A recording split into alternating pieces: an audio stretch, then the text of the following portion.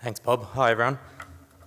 So China's rise has obviously received a huge amount of attention in the media over the past few years or so, and one of the major issues about the rise of China is the rise in demand for natural resources. So my talk's going to obviously look at marine resources today and the implications of an increasing appetite for seafood in China, particularly for coral reef fisheries. So I'll mostly be presenting empirical material from what I've been doing in Beijing the last couple of years, researching high value or so-called luxury seafood consumption in banquets. So as an outline, I'll just present some background about luxury seafood consumption in China and the significance of this, especially for source countries, many of which are located in the Coral Triangle region. I'll then talk a little bit about some of the policy context to this consumption and efforts to engage Chinese stakeholders to integrate sustainability concerns into the Chinese consumption issues. And then the majority of the talk will focus on what I've been doing with some colleagues at Peking University over the last couple of years or so, and that's looked at the social dynamics of luxury seafood consumption in Beijing.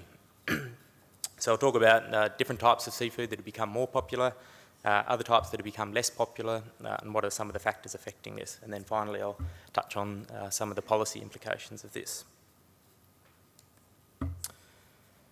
Now, actual per capita consumption of seafood in China is still lower compared to many other countries, but the sheer scale of the population in China means that it's the largest. So the point isn't to, to try and paint China as the bad guy or some sort of rapacious seafood consumer, so to speak, but just to try and assess what the implications of increasing seafood consumption are. So China is the leading market for a number of forms of luxury seafood, so live reef food fish, sea cucumbers and shark fin. Data is quite scarce for imports into mainland China, and I'll get into a bit more detail about that later, but these are all very significant fisheries. So the slide here, for example, shows the pattern of trading of live reef food fish. So in terms of absolute quantities by volume, it isn't particularly large when you compare it to big fisheries like tuna and so on, but in terms of financial value, it's extremely significant. And so as you can see on the figure there, most of the fish is supplied by sea and air, goes from Southeast Asia, other Asia-Pacific countries, up into Hong Kong, and then from Hong Kong, goes out throughout China. So this has significant social and environmental implications for the source countries, many of which, as I mentioned, are in the countries of the Coral Triangle. So as my work in the Philippines has shown in previous years, many coastal livelihoods are becoming increasingly oriented around fishery products that are exported to China. So in many parts of rural Southeast Asia more broadly, fishing is becoming less subsistence oriented and more about a cash economy dominated by commodity fisheries.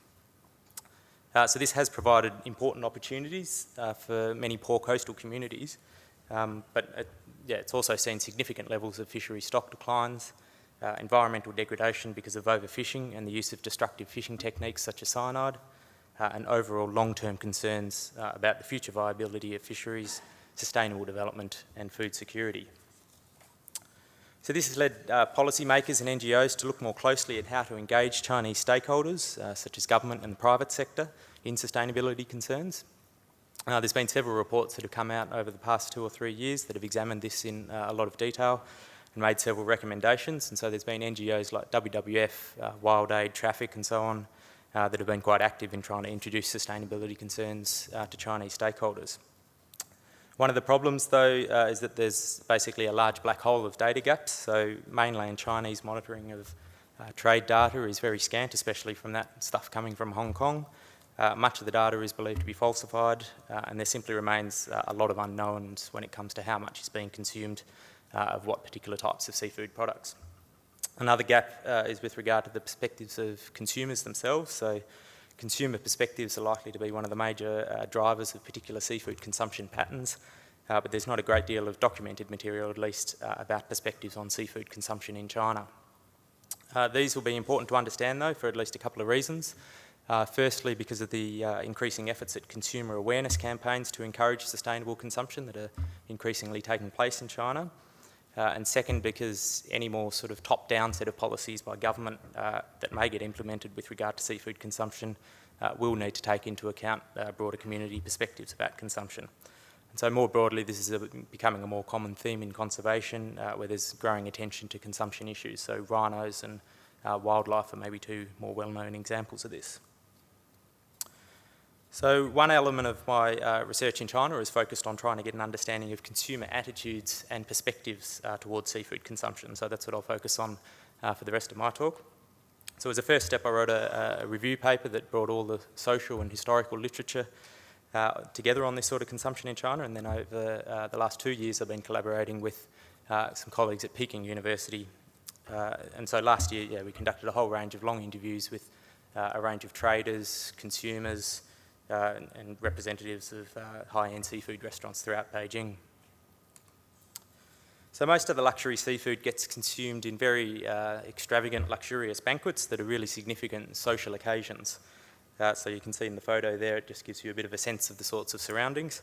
In terms of understanding some of the social drivers of this sort of consumption, a key issue is that of the banquet culture in China. So holding a really big seafood banquet is a way of cementing social ties with important business or government partners, for example, and often people who are in high-level positions in government or the private sector will attend several banquets a week as part of their work obligations. And of course, the increasing popularity of these banquets is a function of China's rapid economic growth over the last couple of decades, as more and more organisations and people have access to the sorts of expensive foods that are expected at the banquets. So during these banquets, hosts are expected to impress their guests by serving particular types of high-status foods. So some of the more important dishes that need to be served at these banquets include reef fish. So Napoleon wrasse is the most expensive, which sometimes goes for more than $600 a kilo. Then panther grouper, or the barramundi cod, or mouse grouper it gets called sometimes. Then the leopard coral grouper, then a whole range of other types of groupers as well. So apart from their taste and their beautiful appearance, the main attraction of these sorts of fish is in fact their price. So ordering these fish is a way of showing your guests that you value them and you honour them. So fish of between 500 and 700 grams are seen as the best quality, so they get much bigger than that and they're viewed as losing tenderness.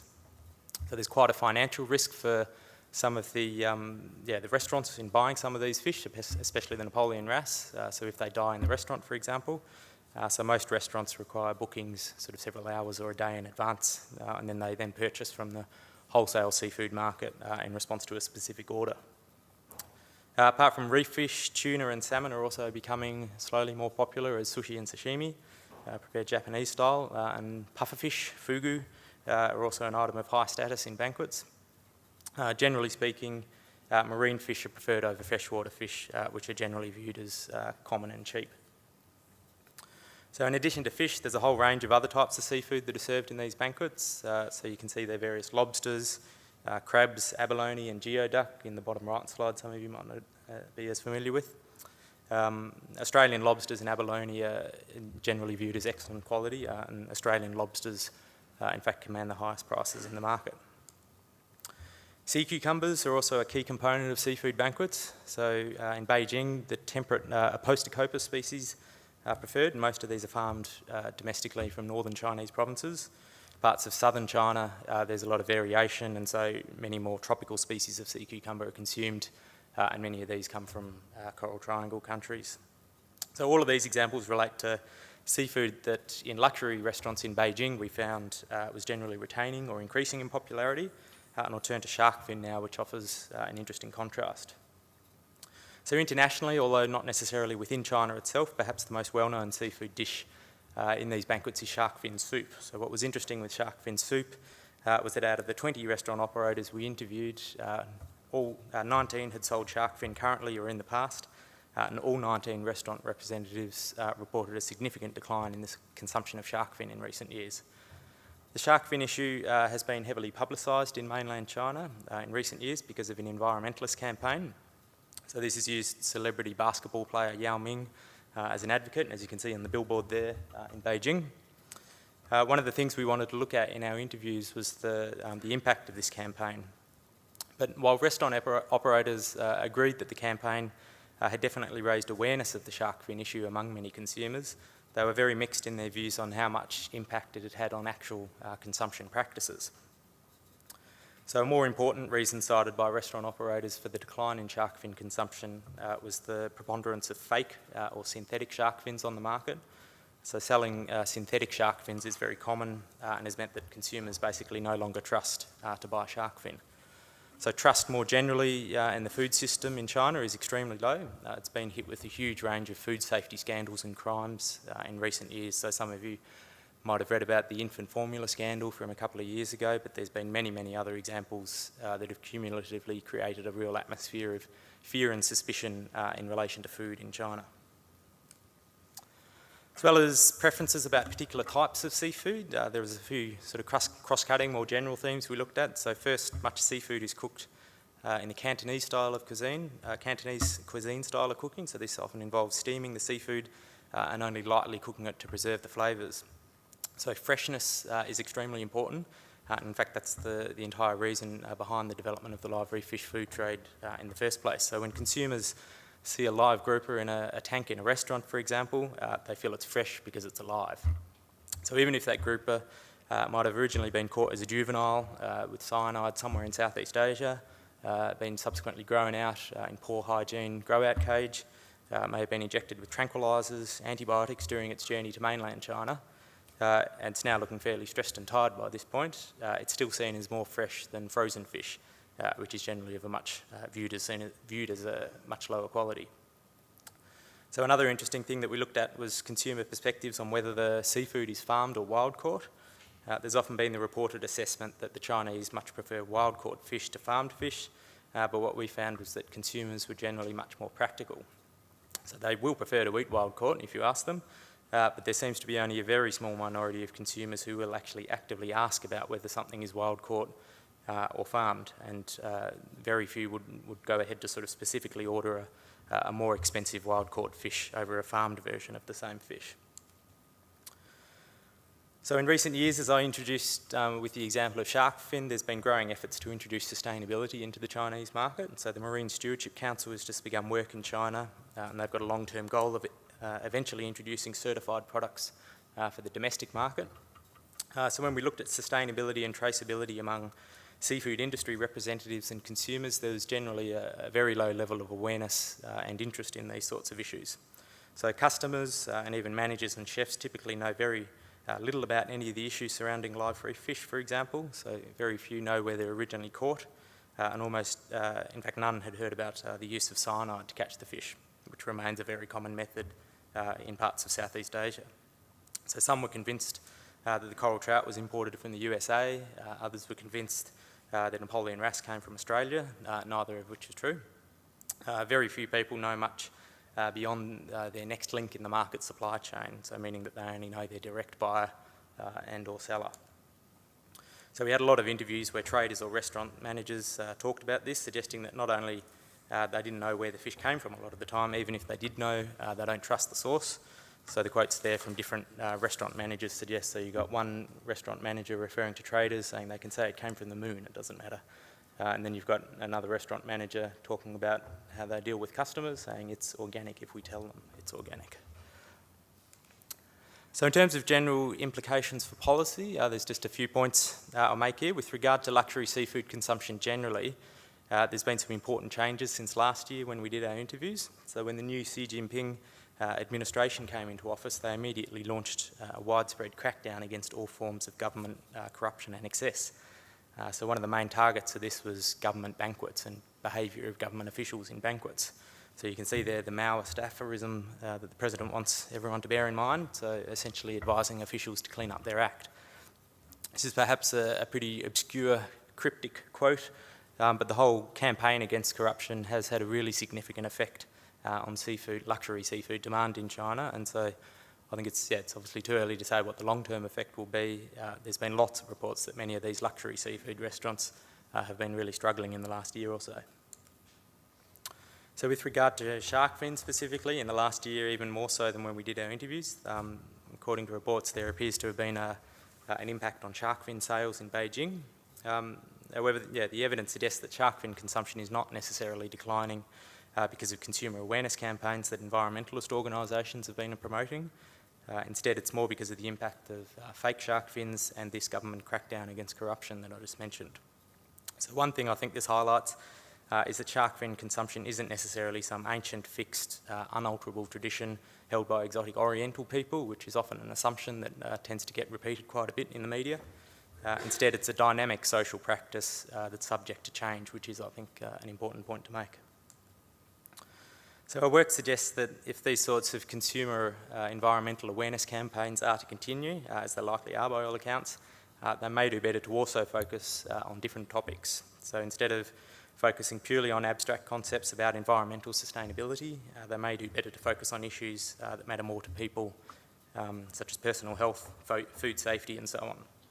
So one example is live reef food fish, such as Napoleon wrasse imported from Southeast Asia, which has links, as I outlined earlier, to cyanide, poor hygiene, grow-out practices, antibiotics, tranquilizers and so on.